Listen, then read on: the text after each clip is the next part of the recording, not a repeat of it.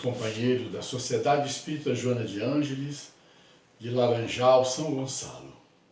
Estamos iniciando a nossa reunião deste domingo, pedindo a Deus que nos abençoe, pedindo a Jesus que direcione o seu olhar de bondade, de misericórdia para todos nós, e que nós possamos ter uma manhã de aprendizado, de muitas bênçãos, de muito crescimento espiritual. Que a paz do Mestre Jesus permaneça conosco. Vamos dando sequência aos essas 3 semanas de estudos sobre obsessão. Então, nós já vimos a definição de obsessão, as causas da obsessão, e agora vamos falar do tratamento, da terapia, da terapia desobsessiva. Só recordando, obsessão é a ação persistente que um espírito mau assume sobre o outro, com o objetivo de escravizá-lo e fazê-lo agir à sua vontade. A tipologia da obsessão apresenta 3 grandes classes, conforme Allan Kardec apresenta no Livro dos Espíritos, que são a obsessão simples, a fascinação e a subjugação. Então, nós vamos ver agora como tratar essa gradação de obsessão. Filomeno de Miranda vai apresentar uma gradação, vai mostrar que ninguém vira de um dia para o outro um subjugado, que essa ação obsessiva ela vem acontecendo, e o indivíduo não se dá conta. Eu assumo a tese de que, isso baseado na experiência, isso não está sistematizado em livro nenhum, escrito dessa maneira, embora os livros mostrem isso, mas a experiência nos mostra que a obsessão simples começa mesmo na infância. Quantos obsidiados de hoje que estão em tratamento no centro espírita, e a gente vai ver aqui o que o centro espírita é o lugar de tratar, não começou com a obsessão simples na infância que não foi diagnosticada em tempo. Kardec diz que a obsessão simples, na obsessão simples, o indivíduo sabe que está sendo obsidiado.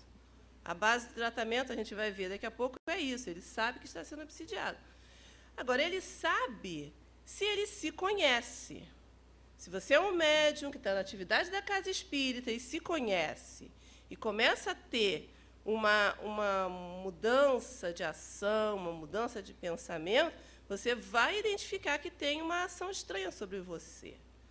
Agora, e a obsessão que ataca os médiuns desde a infância, onde esse espírito ainda não se conhece, está sob a responsabilidade daqueles que têm a tarefa de o educar e que não investem nesse conhecimento. Então, muitos obsidiados de hoje começaram como as crianças, problemáticas, irritadiças, ou agressivas, ou irônicas, e que os pais não deram a devida atenção. A tarefa da educação é identificar as tendências do espírito e reforçar as tendências nobres e substituir por outras as tendências negativas. Então, quando os responsáveis por educar o espírito estão atentos a essa missão, eles identificam vícios que podem ser tratados logo no início e que vão impedir que sejam, no futuro, plug, para que o obsessor, ou seja, o espírito mau, que sintoniza com aqueles vícios, ache ali uma presa fácil. Então, muitos subjugados de hoje foram crianças vítimas de obsessão simples, que poderiam ter sido tratadas e não avançadas para a fascinação e para a subjugação, tanto moral quanto corporal. Mas isso é uma outra história que a gente vai conversar num outro momento. Então, no Livro dos Médiuns, nós vamos ter lá muitas informações muito claras, como sempre, sobre a terapia. Lá no item 249 do capítulo 23, Kardec vai dizer que os meios de se combater a obsessão variam de acordo com o caráter que ela reveste. No item 252, ele vai dizer que as imperfeições morais do obsidiado constituem frequentemente um obstáculo à sua libertação. E lá no 254, ele vai dizer que o ascendente que o homem pode exercer sobre os espíritos está na razão da sua superioridade moral. Ele não domina os espíritos superiores, nem mesmo os que se dizem superiores. Não, isso aqui está fora do lugar. São bons e benevolentes, mas pode dominar os que lhes são inferiores em moralidade. Então, o indivíduo não domina os espíritos superiores, que têm maior autoridade moral sobre ele, mas pode dominar aqueles que são inferiores do ponto de vista da moralidade. Então, é esse ascendente que vai precisar se desenvolver naquele que quer combater a obsessão. A gente vai explicar isso melhor mais à frente. Então, como é que eu trato a obsessão simples? Como é que eu combato a obsessão simples? A obsessão simples é aquela, como Kardec mostra, que o indivíduo sabe que está sob o império de uma força estranha, ele já identificou. Então, se ele já identificou, ele tem que correr para tratar. Não pode deixar, eu estou com um obsessor. Não pode se comprazer que tem um obsessor. A questão da posse, né? Eu quero ter alguma coisa, nem que seja um obsessor. Eu tenho um obsessor que me faz fazer aquilo. Eu tenho um obsessor que me faz assaltar a geladeira. Então, a pessoa está se comprazendo em ter uma ascendência negativa sobre ela. Então, o que você tem que fazer? Provar ao espírito que você não está iludido por ele e que é impossível te enganar. Para isso, você tem que se conhecer, tem que estar disposto a se renovar de fato, senão o espírito vai rir de você, vai dizer, está sim.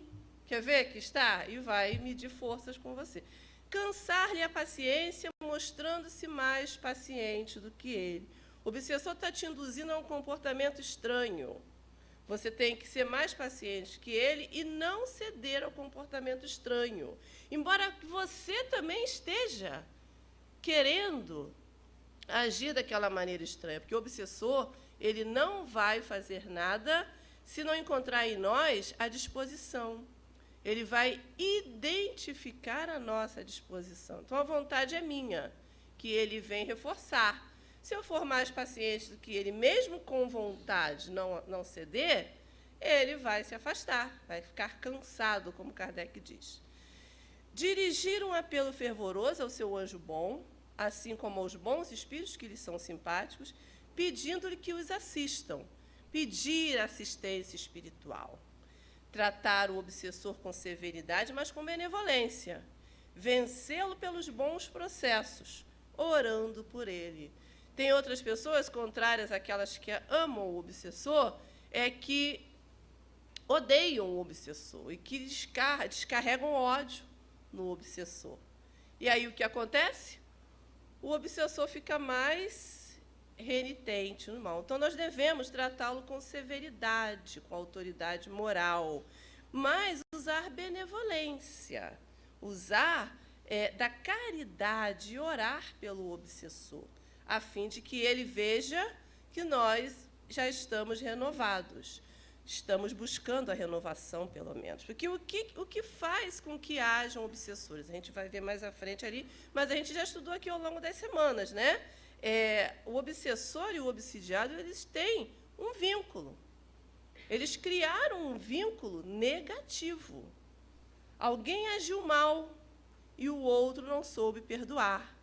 Aí se instalou o ódio. Então, para desinstalar esse ódio, só com uma energia superior ao ódio, a do amor. A gente vai ver aqui na frente. Então, na obsessão simples, que você já identifica que tem um comando estranho tentando mudar a sua vontade, é mais fácil de você reagir, não cedendo, mostrando severidade e benevolência e evocando ajuda espiritual. Na fascinação é aquele espírito que aceitou a obsessão simples desde sempre. E essa sintonia entre obsessor e obsidiado ficou tão estreita que o obsidiado não acredita mais que está sendo vítima de um ser perverso. Ele assume aquela conduta, aquele comportamento para ele. Então, o que você tem que fazer? Aí é mais difícil de tratar. Você vai tratar um fascinado, você vai dizer para ele, olha, meu irmão, você está sob o ascendente pernicioso de um espírito mau que quer ver o seu fracasso. Ele não vai acreditar em você. Tudo que você mostrar para ele que é o comportamento esquisito que ele está demonstrando, ele vai dizer que você que é o esquisito, que você que tem inveja dele, que você que não o suporta, não aceita o sucesso dele, então ele vai se afastando cada vez mais. O que você tem que fazer? Você tem que convencer a vítima, no caso do obsidiado, de que ela, a vítima, está sendo ludibriada e reconduzir-lhe a obsessão ao caso de obsessão simples, ou seja, fazer com que ele identifique que tem um obsessor ali, que o fascinado não aceita. Fazendo com que ele reconheça, aí vai ser mais fácil de tratar. O difícil é fazer com que ele reconheça. Que se o fascinado é um trabalhador da casa espírita e você começa a ponderar com ele sobre o seu comportamento, a primeira coisa que o obsessor vai induzi-lo a fazer é o quê? Se afastar da casa espírita. Então, como é que você vai ter um ascendente sobre ele? É muito difícil. Mas tem que perseverar, usar todos os argumentos, todos os artifícios, todos os instrumentos que a doutrina espírita tem para o tratamento, a terapêutica desobsessiva. Reconhecida a inutilidade de toda tentativa para abrir os olhos ao fascinado, o que se tem melhor a fazer é deixá-lo com as suas ilusões, orar por ele, mas deixar seguir o curso, mas nunca desistir.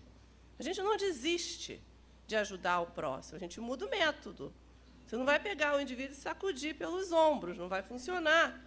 Mas você pode continuar orando por ele na casa espírita, pode continuar intercedendo, pedindo os bons espíritos que o amparem, até que ele tenha um insight e veja, realmente, isso não está certo. E aí você continua a ação. Não desistir nunca. A gente não pode desistir de ajudar. O espírita verdadeiro, ele nunca deixa de dar consolações. Está lá no Evangelho.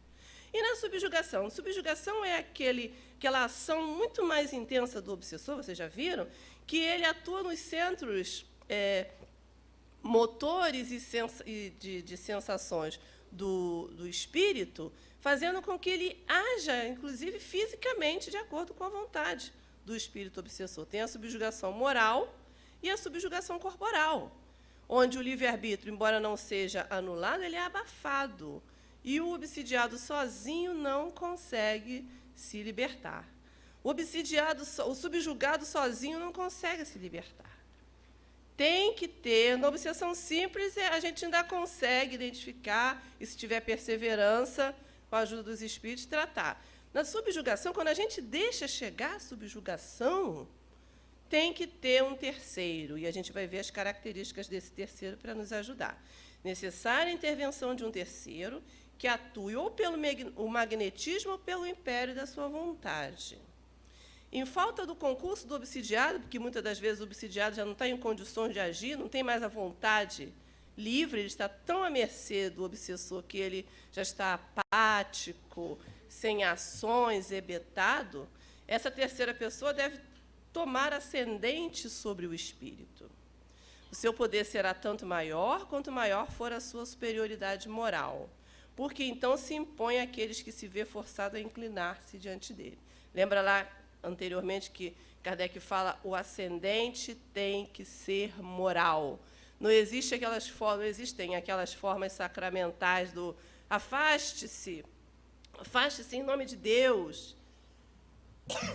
Isso não funciona se você realmente não tiver um ascendente moral, uma autoridade moral que você já conquistou para agir sobre esse espírito. Lembra-se de Jesus, quando foi chamado para afastar aquela legião de espíritos que estavam obsidiando o pobre endemoniado, como era chamado?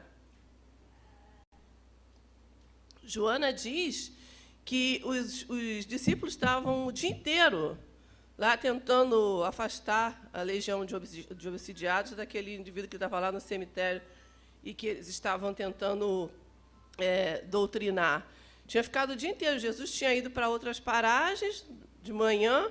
No final da tarde, quando ele chega, estavam lá os discípulos desesperados esperando Jesus. E aí Jesus, já fizemos de tudo, mestre, e os espíritos não saem. Ele continua endemoniado. E aí Jesus chega, e só a vibração de Jesus faz com que os espíritos questionem: o que você veio fazer aqui? Veio nos perder? Não é assim? veio nos afastar, e aí Jesus afasta, né, os espíritos que deixam o rapaz, e aí os discípulos perguntam, como é que o Senhor conseguiu? A gente está o dia inteiro, não consegue. E aí ele fala, para essa casta de espíritos é necessário muito jejum e oração. Não é o jejum da barriga cheia, mas é o jejum dos atos maus, dos pensamentos maus. E não é a oração da boca para fora, é a oração sincera, ou seja, características de quem tem autoridade moral. Então, é esse ascendente que tem que ter sobre o obsidiado. Palavra sacramental, galinho de erva, aguinha, não vai funcionar se quem está atuando ali não tem superioridade moral sobre o espírito que acha que tem uma cobrança justa para fazer. O espírito que está ali na sua insânia, buscando vingança, ele acha que ele tem direito, porque ele está buscando justiça, porque ele foi muito maltratado, foi muito vilipendiado, e foi.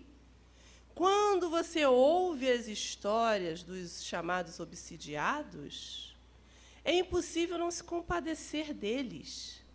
Quem trabalha em desobsessão sabe. O obsidiado chega e fala, olha, aconteceu isso, isso, isso, isso, isso.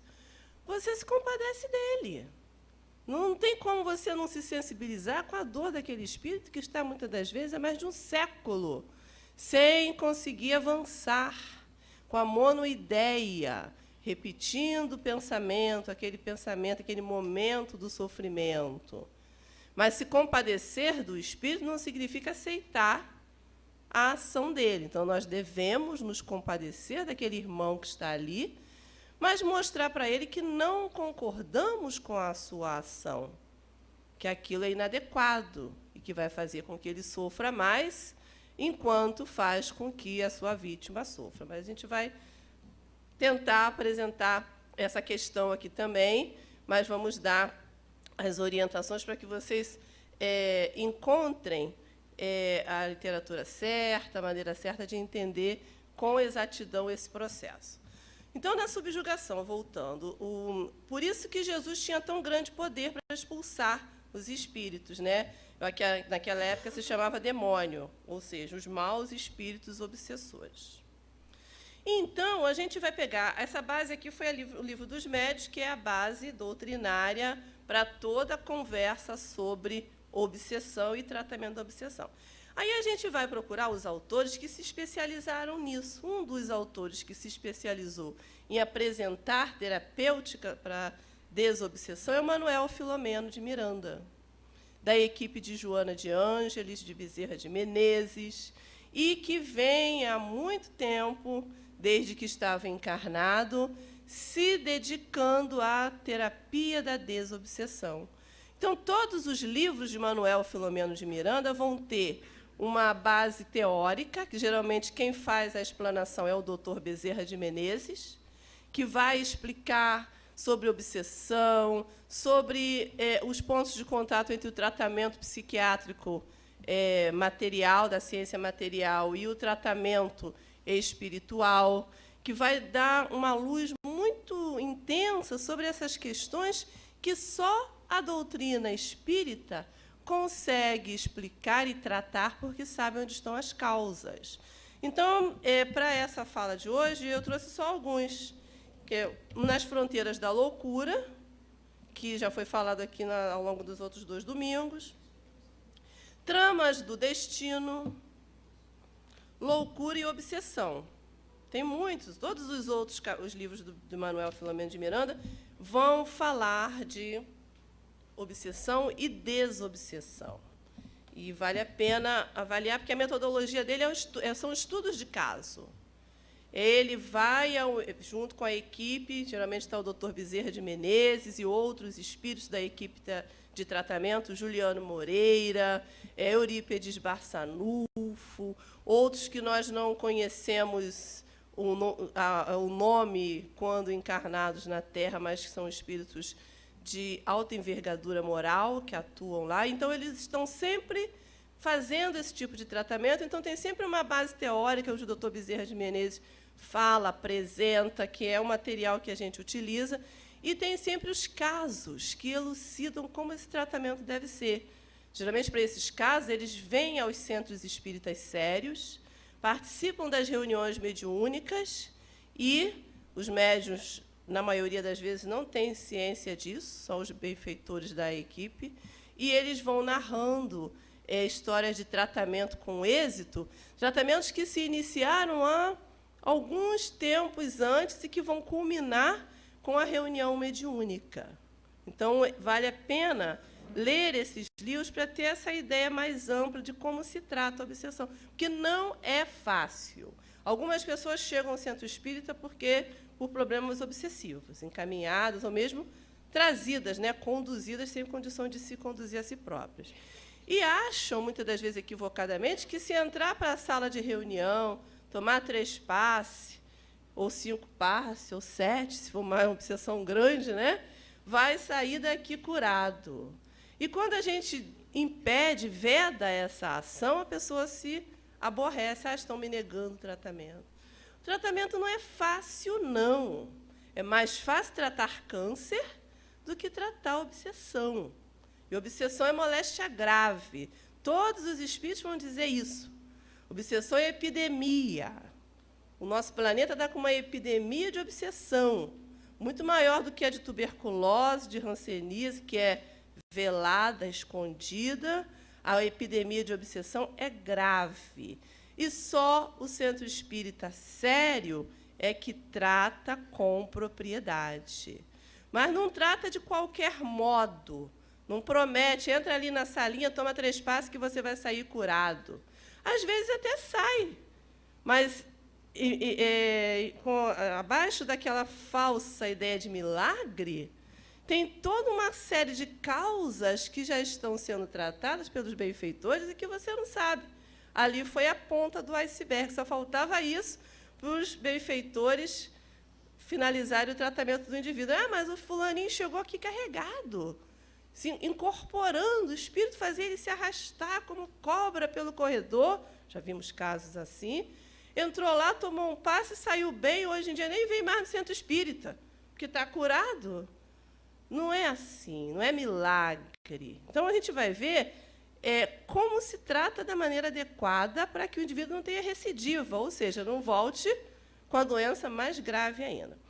Então, Filomeno vai dizer, ou o doutor Bezerra, geralmente é um ou outro falando no livro, que a terapia desobsessiva, conforme os quadros de alienação, variam os recursos terapêuticos, como toda doença. Na fase inicial, você tem um tratamento, na fase mais grave, muitas das vezes, o tratamento tem que ser cirúrgico. Então, a desobsessão é assim para se tratar. Você tem que tratar o obsessor e o obsidiado. Porque isso é importante que frisemos aqui. Não existe um doente e alguém causando a doença. Existem 2 doentes que se consorciaram por conta de vínculos negativos do passado. Então, não adianta você tratar o obsidiado se o obsessor continua se sentindo prejudicado. E também não adianta você tratar o obsessor se o obsidiado continua atraindo mais obsessores. Então, você tem que tratar os 2 concomitantemente. Então, como é que você trata o obsessor? Concentrar atenção nele. Não vai chegar aí, esse obsessor é mau mesmo, vamos expulsá-lo, vamos afastá-lo daqui. Você tem que identificar que ali tem um sofredor. Todo aquele que faz o outro sofrer é, por si mesmo, um sofredor. É doente. Não é? Então, você tem que se concentrar nele. Por que é que ele sofre? E tratá-lo. Mas como é que eu trato? Não estou vendo ele? Vamos orar por ele.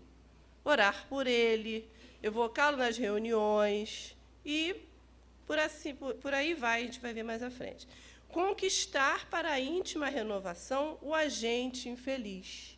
Então, o obsessor ele é um enfermo desencarnado, ele é um agente infeliz, ele é um irmão nosso que precisa de tratamento. E o paciente? O paciente é obsidiado, educar-se à luz do Evangelho o paciente. Então, como ponto de partida para o tratamento do obsidiado, ele tem que se evangelizar. Não se faz nada se o obsidiado não quiser. Por isso que é difícil tratar a fascinação. Porque na fascinação ele não sabe, ele acha que ele não está obsidiado, então ele não faz nada por ele mesmo. Pelo contrário, ele vai se reforçar naquele conteúdo negativo dele, porque ele acha que aquilo é o certo. Por isso que a gente tem que tratar a obsessão simples antes que ela vire fascinação. Por isso que tem que identificar desde criancinha aspectos do comportamento daquele espírito que, se não forem remodelados, vão abrir brecha para o obsessor plugar e manipulá-lo pelo resto da encarnação. É uma tarefa evangelizadora a terapia desobsessiva. Então, educar-se à luz do Evangelho. Se o paciente, se o obsidiado, continua vicioso, não evangelizado, fugindo do centro espírita, fugindo da evangelização, ele vai continuar obsidiado. E vai piorar, porque o domínio vai se ampliar. Atraí-lo a ações dignificantes de beneficência. Envolvê-lo em ações onde ele se doe em favor do próximo. Mas eu sou um obsidiado. Mas você pode ajudar, sim. Não existe ninguém que não possa ajudar. Então, vamos envolvê-lo nas ações sociais, nas ações de caridade. Vamos envolvê-lo nas tarefas de obra do berço, campanha do quilo, as tarefas mesmo de arrumação, mutirões de arrumação, colaborações aqui e ali, porque aí ele vai sair dele mesmo e vai se doar em favor do próximo. Isso faz com que haja uma mudança no seu psiquismo que já vai ser sentida pelo obsessor. Não é a história de, tá obsidiado, bota para trabalhar que melhora. Não é isso, é mais complexo.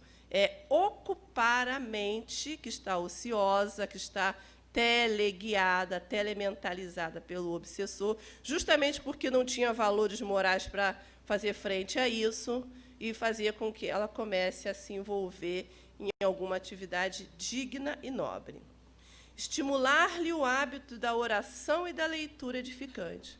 Não basta que oremos por ele, embora nós iremos ver o poder da oração intercessória, mas ele tem que orar por si próprio.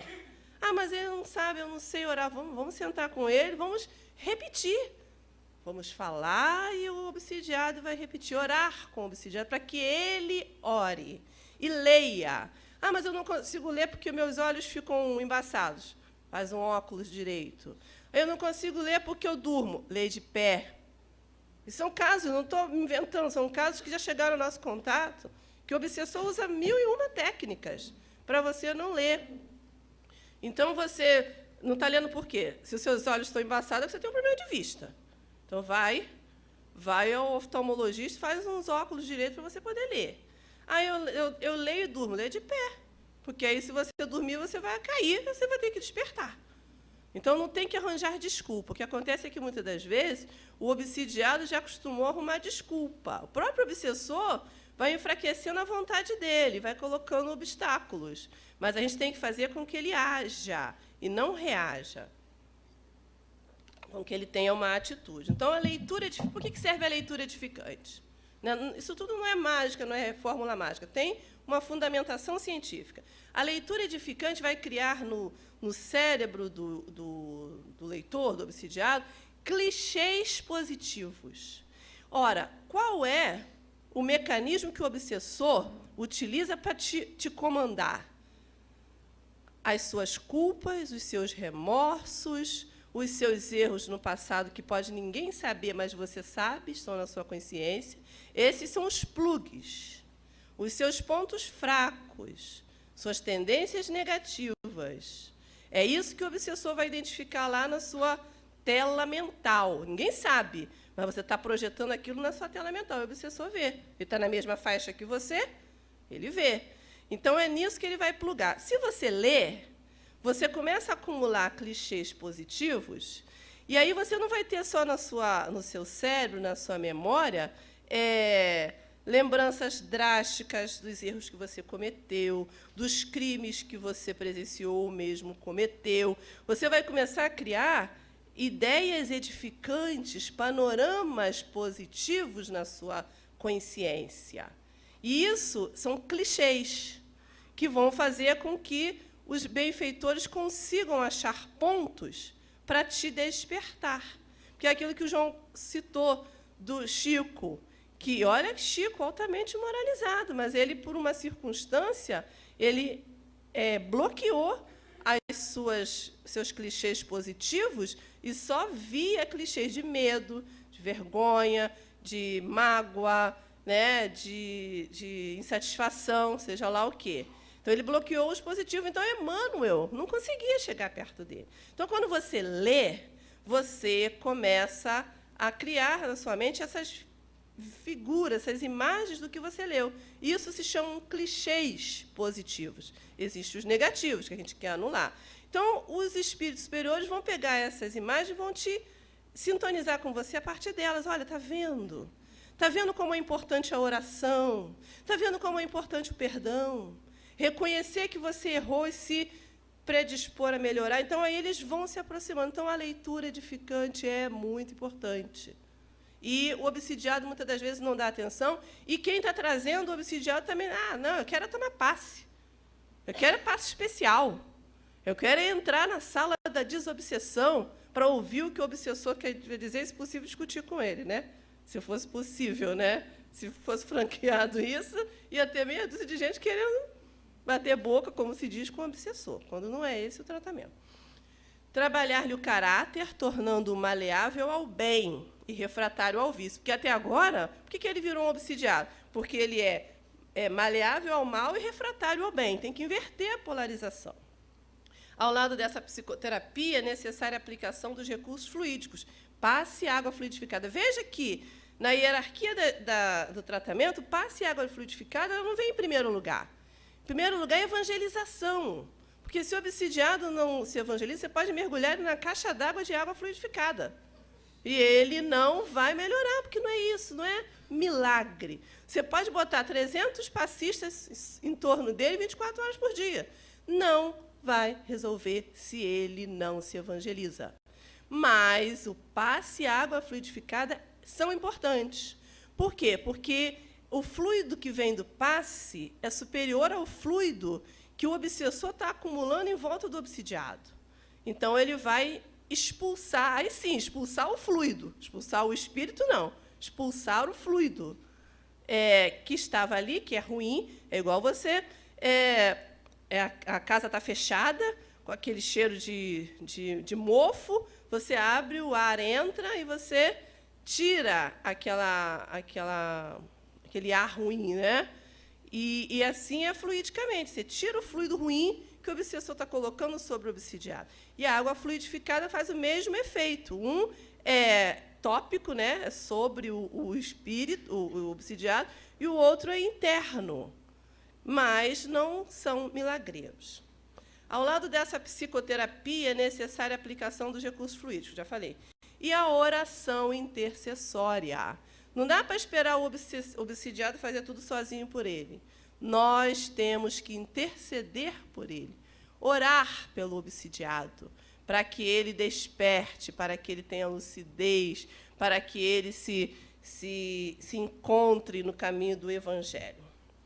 Não ocorrem milagres. A melhora rápida, quando ocorre, é resultado de uma ação muito bem programada, cujos efeitos são registrados e cujas causas não são necessariamente no momento conhecidas. Toda pessoa que deseja contribuir na esfera de socorro dos obsessivos, que se não descuide da sua conduta íntima, aí o Filomeno já vai começar a desenvolver o papel do médium que atua na desobsessão e do doutrinador, que é quem vai fazer a interlocução com o obsessor no momento certo, que a gente vai ver mais à frente aqui com Joana de Ângeles e com Filomeno também. Recordando Jesus diante dos obsidiados e obsessores, busquemos a sua ajuda e inspiração na condição elevada que ele ocupa de Senhor dos Espíritos. Então, tudo em nome de Jesus, evocando o amparo de Jesus. Então, o médium tem que ter condições especiais. O doutrinador tem que ter condições especiais. Senão, o obsessor não responde da maneira que a gente quer. O O amor é o primeiro medicamento para a terapia antiobsessiva. Aí já é Joana de Ângeles falando no livro Plenitude, no capítulo Terapêutica Desobsessiva, ou Terapia Desobsessiva. Terapia Desobsessiva, Plenitude. A Joana vai dizer o seguinte: o amor é o primeiro medicamento para a terapia antiobsessiva. O obsidiado tem que se amar e quem está tratando dele tem que amá-lo. A mediunidade, por outro lado, é a grande oportunidade que faculta a identificação e a cura das obsessões, porque é através dos seus dedicados mecanismos delicados que elas se manifestam e, por eles mesmos, que se podem atender aos agentes indigitados. O paciente vítima de obsessão é certamente portador de mediunidade. Então, o obsidiado é médium. Por isso, ele ofereceu condições tão fáceis, psíquicas, de que um outro dominasse-lhe a vontade, abafasse-lhe o livre-arbítrio, conduzisse-lhe as ações. Então, ele é médium, Joana de Ângeles, claramente aqui, e certamente portador de mediunidade, que necessita de conveniente educação, a fim de aplicá-la a finalidades relevantes. Só há obsessão porque há delito de quem a sofre. Então, o obsidiado ele é um delituoso, é um criminoso do passado. E as leis de Deus permitem que criminoso e vítima se reencontrem. Não para que continue o processo de vingança, mas para que a lei de amor se estabeleça. Então, o seu vínculo com o seu obsessor tem que virar um vínculo de amor. Enquanto isso não virar, você vai sofrer as consequências do seu ato criminoso do passado. Então, só há obsessão porque há delito. Então, se eu sei disso e o Espiritismo me faculta, eu vou assumir não a culpa do delito, mas a responsabilidade de trabalhar para repará-lo. Porque o meu delito é, em primeira instância, com a lei de Deus e com a minha consciência. Então, eu tenho que me ajustar com a minha consciência e com a lei de Deus, para que eu não seja mais um espírito delituoso sofrendo obsessão. E para que o obsessor veja que eu fiz esse processo de reajuste e me perdoe. Esse é o tratamento, é o desfecho do tratamento. Que o obsessor perdoe o obsidiado, que o obsidiado se renove, assuma a responsabilidade dos seus erros e comece a quitar os seus erros. Aí é o desfecho ideal, que a gente vê muito acontecer na casa espírita. A gente vê o obsessor reencarnar como o filhinho querido. Depois a gente vê na evangelização, pega no colo, né? Aí você olha a história feliz. O obsessor queria acabar com a 5ª geração e reencarnou como filho. Aí está aí, dócil, recebendo amor. É a lei do amor, é para isso que Deus permite que o obsessor e o obsidiado se encontrem. Mas todos dois vão ter que fazer um trabalho, não é milagre. E é muito bonito você acompanhar isso. A desobsessão, por consequência, é a terapia especializada e a única possuidora dos recursos para a libertação do alienado, mediante esclarecimento do espírito enfermo. Concluída essa tarefa, que exige a interferência de um médium educado, quando o fenômeno da psicofonia atormentada não se dá através do próprio paciente, muitas das vezes o obsessor se comunica pelo próprio obsidiado, né? É indispensável a conscientização da vítima e a sua reabilitação por meio de uma mudança do comportamento mental e espiritual. Essa reforma moral do obsidiado fará com que o seu atual perseguidor constate-lhe o esforço para melhorar-se, demonstrando arrependimento das ações infelizes e asserenando o ânimo, torne-se amigo do antigo verdugo, avançando com ele pela rota do bem. O Ministério da Desobsessão pode também processar-se além da esfera física, pela interferência dos benfeitores espirituais, quando constata um esforço da alma para reabilitar-se e auxiliar o seu perseguidor. Então, no nosso processo de reabilitação, nós devemos trabalhar para reabilitar o nosso perseguidor também, o nosso obsessor, que é alguém a quem eu fiz sofrer e que eu não quero mais que sofra. Então, eu vou trabalhar para ter méritos de auxiliá-lo. Nos processos que afetam o organismo físico, além do recurso espiritual liberativo, é conveniente a terapia médica correspondente para o reaparelhamento orgânico. Ninguém nunca disse que você tem que tratar a obsessão só no centro espírita, se ela já está atingindo o corpo físico e virando patologia psiquiátrica. Tem que se trabalhar os dois. Quando a obsessão ela é de longo curso, ela interfere no corpo físico. E aí você tem que tratar com o psiquiatra, sim. Que você não pode só tratar com o psiquiatra, que vai tratar o efeito no corpo, e deixar a causa lá no espírito se desenvolvendo. Obsessões entre encarnados também existem. São os abusos do sentimento que os levam à vampirização psíquica, gerando distúrbios demorados, né? Obsessão de encarnado para encarnado. Toda forma de obsessão resulta de um interrelacionamento pessoal interrompido pelas forças negativas da agressividade, do ódio, da traição, do crime ou das expressões do amor em desalinho, que destrambelham os sentimentos. A desobsessão consiste na interrupção do processo de imantação de ambos os infelizes, porquanto o agressor, embora se considere realizado pelo mal que aflige a sua vítima, padece, por sua vez, de infortúnio e falta de paz. O obsessor nunca tem paz, mesmo quando ele consegue levar o obsidiado ao hospital psiquiátrico, ou mesmo ao suicídio, ele nunca consegue a paz, é óbvio, né? E aí eu trouxe o caso Julinda, para finalizar, nesses 5 minutos que faltam, que é um caso que tem nas fronteiras da loucura, onde a gente vê o doutor Bezerra de Menezes e a sua equipe aplicando tudo aquilo que foi falado na tese, na teoria. Então, o caso Julinda é um espírito endividado, mas que reencarnou numa família que tinha condições de dar-lhe toda a educação, toda a condição de se reerguer, né, numa reencarnação de provas, mas ainda trazia muita dificuldade de vivência dos ensinamentos evangélicos. Então, ela tinha remorso dos seus erros do passado. O remorso era a ponte de que se utilizava o obsessor, que era o Ricardo, para dominá-la. Então, a consciência de culpa do passado é que faz o plug, no caso da Julinda, né, e geralmente é o plug, um dos plugs na obsessão em geral. Natural sentimento de culpa que nela se instalou, o inimigo impôs a ideia da loucura, amedrontando-a e fazendo-a fixar no momento do aborto delituoso, com que terminou por vencê-la pouco e pouco. Por que aconteceu?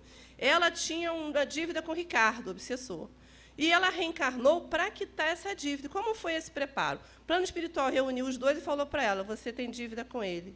Ele tinha dívidas com a lei divina, por isso que você foi um instrumento para a dívida com ele. Vocês podem resolver isso hoje. Ele reencarna como seu filho, você o perdoa, porque ele tinha feito mal a ela, né? Você recebe ele como filho, você o perdoa, ele aprende a te amar como mãe, você aprende a amá-lo como filho, e a gente resolve aqui o caso de obsessão entre vocês, que vinha de longa data. Aí, tudo bem, ela disse que não queria, que preferia morrer do que encontrar com aquele, mas aceitou. A mãe dela intercedeu, os espíritos superiores em volta intercedendo, aí a questão da oração intercessória que nós falamos, e ela aceitou, reencarnou com a proposta de receber o obsessor como filho. Só que, quando chegou no momento de recebê-lo, ela não conseguiu. Ela tinha um lar, um marido compreensivo, amoroso, estava tudo programado. Mas só que ela não conseguiu, pelo remorso, pela culpa, todo aquele sentimento que ela trazia inconscientemente. E aí, quando ela descobriu que estava grávida, sem mesmo avisar o marido, ela fez o aborto. E o marido queria muito ter o filho. E aí ela narra que quando ela fez o aborto, ela ouviu ele pedindo: não me mate, me dê essa chance, essa oportunidade que eu preciso. E quando ela, mesmo assim, o abortou, ele disse: então verás. E, a partir daí, ele passa a ser o obsessor dela de novo, ligado fisicamente, alojado no útero dela, induzindo ela ao suicídio. E é o caso que eles estão tratando aqui, que vocês vão ler, não vou dar spoiler, vocês vão ler no livro Nas Fronteiras da Loucura. Mas só essas últimas slides. Simultaneamente, porque desarmada de valores espirituais, ela não tinha valores de autoridade moral, que relegar a plano secundário, não ficou indene às irradiações positivas do amor da mãezinha, a oração intercessória da mãe sempre, portadora de credenciais de relevo no nosso plano. A mãe era um espírito com credenciais no mundo espiritual, quanto das suas orações que a envolve, ainda que dificultando a ação plena do adversário. A oração intercessória realizada com unção, com sentimentos elevados, envolve aquele por quem se recorre, considerando-se que toda emissão mental, de acordo com a sua intensidade de conteúdo, que lhe dá frequência, termina por alcançar o que ou a quem se destina. A prece é vibração poderosa de que o homem não tem sabido valer-se como deveria, como se ele desejar. João falou isso, orar como convém. Dr. Bezerra de Menezes convidou-nos discretamente à concentração e aplicou passes, refazendo-se em Julinda Espírito, que estava sendo tratado em desdobramento, repetindo a experiência no seu corpo, atendendo especialmente aos campos cerebral e genésico. Sob a ação da energia benfazeja, a pobre enferma movimentou-se um pouco, como a diminuir a torpe intoxicação fluídica e das drogas, que ela tinha tentado suicídio, acalmando-se suavemente num sono agora refazente. Observei que o cuidadoso mentor imantou de fluidos especiais que pareciam resguardá-la da ação perniciosa do perseguidor. Aí teve a sessão mediúnica, onde o médium Jonas era um médium moralizado e serviu para resolver, dar passividade, né, ao obsessor, que foi doutrinado. O doutrinador, que era o presidente da casa, era um estudioso honesto, autodidata, que aprendera a doutrina espírita e a vivia, unindo a lucidez do conhecimento à limpidez do caráter diamantino, respeitado pelos cooperadores em razão da conduta moral e doutrinária, inspirava confiança. Em palavras francas, o irmão Arnaldo era espírita, no sentido correto da expressão, lutando para superar as imperfeições e cada dia mais se esforçando por viver conforme as recomendações de Jesus e de Allan Kardec. A questão da autoridade moral, que é fundamental nos trabalhos desobsessivos. E aí, para finalizar, a Joana de Anjos diz que dissolver os grilhões do mal com as energias poderosas do amor, eis no que consiste a terapia desobsessiva, que libera o ser do sofrimento que a sua incúria gerou, favorecendo com a saúde integral, resultado de uma mente em harmonia com a vida, uma organização física em equilíbrio e a emoção com a razão, dirigidas para o bem, para o progresso e para a felicidade. Que Deus nos abençoe.